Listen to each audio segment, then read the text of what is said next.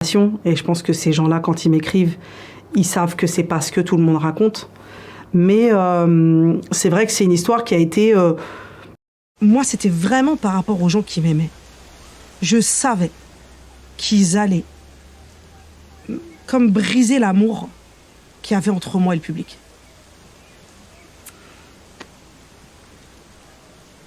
C'est vraiment ça qui m'a fait mal. C'est vraiment en fait de voir en fait les jauges, tu vois, se vider un peu. Parce que c'est ça un peu qui s'est passé. C'est-à-dire que tu vends moins de disques, donc il y a moins de monde dans les concerts. Mais il y a des gens, il y a un groupe qui est là. Et ceux-là, à jamais je leur serai reconnaissante. Et je te jure que j'en veux pas à ceux qui m'aimaient plus à ce moment-là. Il y en a plein qui m'écrivent aujourd'hui, qui me disent « Ouais, je t'en ai voulu d'avoir arrêté. Pour moi, t'étais une traître. Pour moi, t'étais endoctrinée. Pour moi, t'étais... Les gens ont été très, très durs, tu vois. » Et je leur en veux pas. Je les comprends même. Vous parlez de votre public, d'un moment de rupture avec le public, et vous dites que ceux qui vous ont rejeté, ceux qui n'ont pas compris, ceux qui ont même cru parfois que vous étiez embrigadé, endoctriné, vous leur en voulez pas. Vous dites même que vous les comprenez. Oui. Oui, parce qu'avec le temps et avec le recul, j'ai appris à comprendre l'autre. Et je pense que c'est nécessaire, comme j'ai voulu qu'on me comprenne. Je pense que j'ai eu besoin moi aussi de comprendre les gens. Et c'est vrai que à ce moment-là aussi, la grande difficulté, bon, j'en parle pas spécialement dans le film, c'est que moi, quand je prépare ce dernier album, j'ai vraiment l'envie de faire de grandes choses avec Big Up, mon association. Et donc, je pense vraiment que ça va être fédérateur, qu'on va faire plein de trucs. Et j'imagine pas un instant que le scandale autour de mon voile et de cette photo prise à la sortie de la mosquée va finalement tout chambouler. Photo volée. Photo volée, moment volé, secret volé, parce que c'était un secret, et qui devient ensuite après, limite, comme je dis dans le film, on m'accuse, limite de prôner ça, alors que c'est eux qui ont volé ce moment. Qu'est-ce que vous leur dites à ce public à travers ce documentaire ? Très honnêtement, je crois que j'ai pensé qu'à eux quand je l'ai fait. J'ai toujours pensé qu'aux gens qui m'ont aimé. Bon, ça, c'est le moment où je vais être émue. Mais il faut savoir que ça fait 10 ans que je ne suis pas coupée du monde, contrairement à ce que j'entends parfois. Et j'ai des réseaux. C'est un peu une plateforme d'échange pour moi.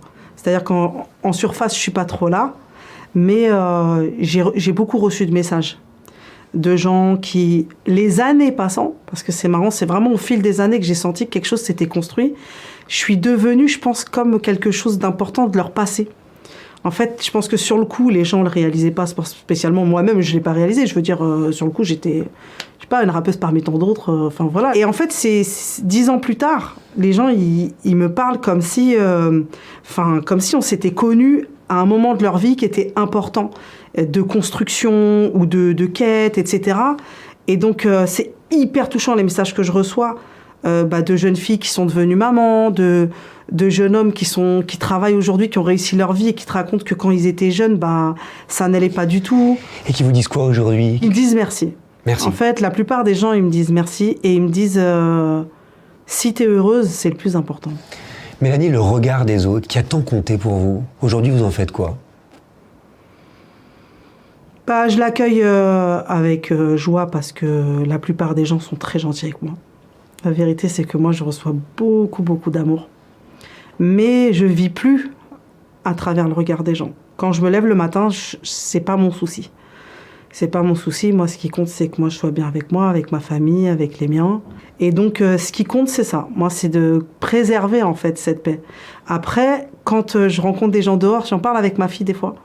Parce qu'elle me dit, oui, les gens, ils viennent nous voir. Puis elle me dit, ils nous coupent la parole. Des trucs comme ça. Et puis je lui dis, mais ils nous aiment.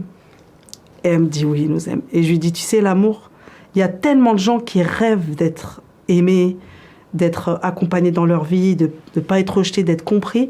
J'ai dit, on peut pas être mécontent de recevoir de l'amour. On va pas reparler ensemble de Cette photo volée par Paris Mathieu à 13 ans, cette photo de vous sortant d'une mosquée en 2009 parce que ça a été une telle déflagration, une telle violence que ce serait inutile. Mais dans le film, il y a quand même cette phrase très forte du producteur Benjamin Ifra qui dit « Ce jour-là, comme elle l'a toujours fait durant sa carrière, Diams, malgré elle, pose une question à la France. » Bon, c'est lui qui le dit et je comprends ce qu'il a voulu dire en fait. Il dit que moi, comme je pense beaucoup d'artistes ou comme beaucoup de personnalités publiques, malgré nous, on est un thermomètre de la société. C'est-à-dire que, je ne sais pas, aujourd'hui, moi-même qui m'intéresse à ce monde pour mes enfants, je comprends un peu ce que les jeunes ils aiment, etc. Et en fait, les personnalités aimées des jeunes, par exemple, sont des thermomètres de ce que les jeunes aiment, de ce qui les fait vibrer, etc. Et moi, quand effectivement je me fais shooter avec le voile et que on voit ce que ça suscite, parce que vraiment, on ne se rend pas compte aujourd'hui, avec du recul, quand justement on a fait Salam, on a eu accès à toutes les archives de l'époque. J'avais même pas réalisé que c'était à ce point. Je pense que j'étais tellement déjà accablée à ce moment-là que je m'en suis pas rendu compte. Mais quand on voit tous les articles qu'il y a eu, et surtout la violence et la haine que ça a engendré, effectivement, à ce moment-là, le thermomètre, il nous indiquait quelque chose qu'on n'avait peut-être pas réalisé, en tout cas pour moi. Le rapport de la France à la religion, le rapport de la France à la célébrité. Pourquoi, quand on se tourne vers la religion, c'est qu'on a forcément pété les plombs, par exemple? Ouais, après, mon mari vous dira que c'est l'histoire et qu'il faut que les gens ils se rappellent de l'histoire et qu'en fait, finalement, ça a toujours été comme ça. Ça l'était déjà avant, bien avant que le problème soit les musulmans. Déjà, quand je chantais, j'ai pas cherché à être une icône. J'ai pas cherché à être un chef de file. J'ai pas cherché. Ça a toujours été malgré moi les étiquettes qu'on me collait, quand les gens ils disaient ah, elle est ainsi, elle est comme ci, elle est comme ça. Et quand je me voile, c'est cette nouvelle étiquette entre guillemets qui arrive. Encore une fois, c'est pas moi. C'est pas moi qui suis venue devant comme ça en disant ah tiens je suis voilée maintenant. Non, j'avais pas prévu ça. Mais j'ai été surprise. Ouais. Et je me suis rendu compte que j'avais une famille formidable. Et des gens merveilleux autour de moi, parce que moi, j'avais jamais vécu ça chez moi. C'est-à-dire que si j'étais née dans une famille peut-être de gens pour qui ça posait problème, ou qui avaient un problème avec certaines personnes sur la Terre, peut-être que j'aurais compris. Mais moi, à ce moment-là, en fait, je suis surprise, puisque ma mère, elle a jamais eu de problème avec les femmes voilées, et tout ça. Moi, ce qui m'intéresse, c'est que vous soyez encore le thermomètre de la France aujourd'hui. Quand votre amie, par exemple, Vita, qui est très présente dans le film, on comprend qu'elle vous a accompagné aussi, Chante ma France à moi, sur France Inter il y a 2 ans. Quand Amel Bent, Camélia Jordana et Vita reprennent votre morceau Marine sur le disque Soror l'année dernière, quand même, vous vous dites quoi là? En fait, moi, je me dis toujours que, pour le coup, ça m'appartient plus. C'est-à-dire que vraiment, les gens se sont appropriés ces chansons. Moi, j'ai rien fait pour qu'elles soient toujours là. J'ai rien fait. Vous ne verrez jamais en parler sur mes réseaux ou essayer de les promotionner ou rien. Et c'est là. Et c'est comme ça, c'est ce que je vous disais, c'est que c'est les gens qui les ont transportés dans le temps, je ne sais pas comment on peut dire. Et moi, je suis spectatrice, en fait, de quelque chose qui ne m'appartient plus. Et quand même, cette chanson Marine, elle a 16 ans. Elle est toujours d'actualité aujourd'hui. Il paraît. C'est fou. Comme je vous dis, ça ne m'appartient plus. Elle aurait pu être oubliée. Je suis comme vous. Moi, je suis spectatrice. Dans ce film et dans la vie, on le voit bien, vous vous arrêtez pas. Vous arrêtez pas de penser, d'observer. Vous dites, mon cerveau, il arrête jamais de tourner, d'essayer de comprendre. Vous vous êtes jamais arrêté? Non. Il y a des gens comme ça qui réfléchissent beaucoup. Il y en a qui réfléchissent moins. Moi, je fais partie de ceux qui réfléchissent tout le temps. Mais c'est pas réfléchir tout seul, c'est ça qui est intéressant, c'est réfléchir avec l'autre, c'est comprendre l'autre. Oui. C'est le grand défi que lance ce film, je crois. Vous savez, sur la religion dont parle le film, ce qui m'a le plus marqué, c'est que vous en parlez toujours au pluriel, par exemple, du fait que toutes les grandes religions sont liées, et que ça, on le sait pas forcément, on le dit pas, on le comprend pas. Je pense à la surprise d'une dame, lorsque votre fille Mariam lui dit « Vous pouvez aussi m'appeler Marie ». Au début, elle comprend pas. Après, ça, c'est mon histoire. Vous vous rendez compte, moi, je m'appelle Mélanie Marie. Ma mère, elle s'appelle Dominique Marie. Mon père, il s'appelle Phivos. Il est grec et il n'est pas du tout musulman. Donc, toute mon histoire elle est dans le fait d'apprendre à se connaître les uns les autres, d'apprendre à se comprendre et surtout d'apprendre à se respecter. Parce que c'est pas parce que je suis pas comme toi que je suis contre toi. Et ça, c'est quelque chose au sein de ma famille qui est hyper clair. Mon oncle, c'est un grand patron français avec tout ce que ça implique et tout. On mange ensemble, je suis voilée et il me respecte. Et on s'aime comme ça. Donc je veux dire, mon film, il est à l'image de ma vie. Ma vie entière, c'est ça. Moi, j'ai vécu au milieu des gens quand je suis partie vivre un peu dans la province française, avec une voisine française qui avait son petit potager, son petit cheval. Et moi, j'étais voilée à côté de chez elle. Et en fait, on s'entendait hyper bien parce qu'on se respectait.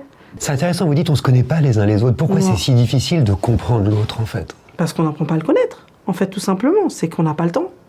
On n'a pas le temps. Après, j'ai l'impression que la jeunesse d'aujourd'hui, quand même, elle est peut-être plus ouverte, en tout cas plus en alerte, parce qu'il y a d'autres moyens aussi de... J'ai l'impression qu'Internet a fait du monde un village. Donc c'est plus pareil, quoi. Le monde est plus aussi grand qu'avant, c'est tout petit. Je peux voir ce qui se passe à l'autre bout du monde en un clic. Donc j'ai l'impression que cette jeunesse qui arrive, elle est quand même beaucoup plus ouverte. C'est vrai, mais il y a aussi dans le documentaire cette phrase qui revient comme un refrain, on se like, mais est-ce qu'on s'aime vraiment? Ouais, c'est vraiment une... Pareil, c'est un constat que je fais parce que, comme je vous dis, j'ai des enfants. Donc je m'intéresse au monde dans lequel ils grandissent et je vois qu'aujourd'hui, exister à travers les réseaux, etc., c'est devenu presque une quête, c'est quelque chose dont on doit parler. Et je me dis, ils se like tous, mais est-ce qu'ils s'aiment? Parce que c'est censé être un j'aime. Mais c'est pas un vrai j'aime. Ouais. Est-ce que c'est un vrai j'aime? Mais c'est intéressant parce qu'à l'époque où vous avez arrêté la musique, à l'époque de tout ce déchaînement médiatique, les réseaux sociaux, ils n'étaient pas aussi présents. Il y avait la haine quand même. Mais elle n'était pas sous cette forme. Ça aurait donné quoi? À l'époque, la haine, c'était des courriers qui étaient écrits à la main, qui étaient piégés. On avait des courriers piégés, nous. Ils mettaient des lames de rasoir dans les enveloppes pour qu'on se coupe quand on ouvrait l'enveloppe. Non, quand je vois aujourd'hui le déferlement de haine qu'il y a sur les réseaux, après, moi, je me sens concernée parce que j'ai vécu ce déferlement moi-même. Donc... je l'ai vécu à une autre échelle. C'est-à-dire qu'il y a des gens qui reçoivent du harcèlement sur Twitter. Moi, j'ai eu un harcèlement médiatique. Je me dis toujours que les gens qui parlent, est-ce qu'ils ont conscience des conséquences que ça peut avoir sur la personne dont ils parlent? Vous devez être très sensible à toutes ces questions, en fait. Ça fait partie des sujets qui me touchent le plus, ouais. C'est-à-dire que vraiment, tout ce qui peut conduire aux maladies psychologiques, c'est quelque chose qui me touche beaucoup. Vous qui avez tenu à disparaître publiquement ces dernières années, quel regard est-ce que vous portez justement sur cette jeunesse qui se filme, qui se montre tout le temps en selfie souvent, qui s'expose sur l'ensemble des réseaux sociaux? C'est le monde d'aujourd'hui. La question, c'est plus comment s'en prémunir, comment faire en sorte que ça ne nous fasse pas de mal. Et j'ai l'impression que ça fait de mal à beaucoup de gens. Donc c'est vrai que la solution, souvent, moi quand j'ai des amis qui vivent ça, je leur dis ta solution c'est de couper.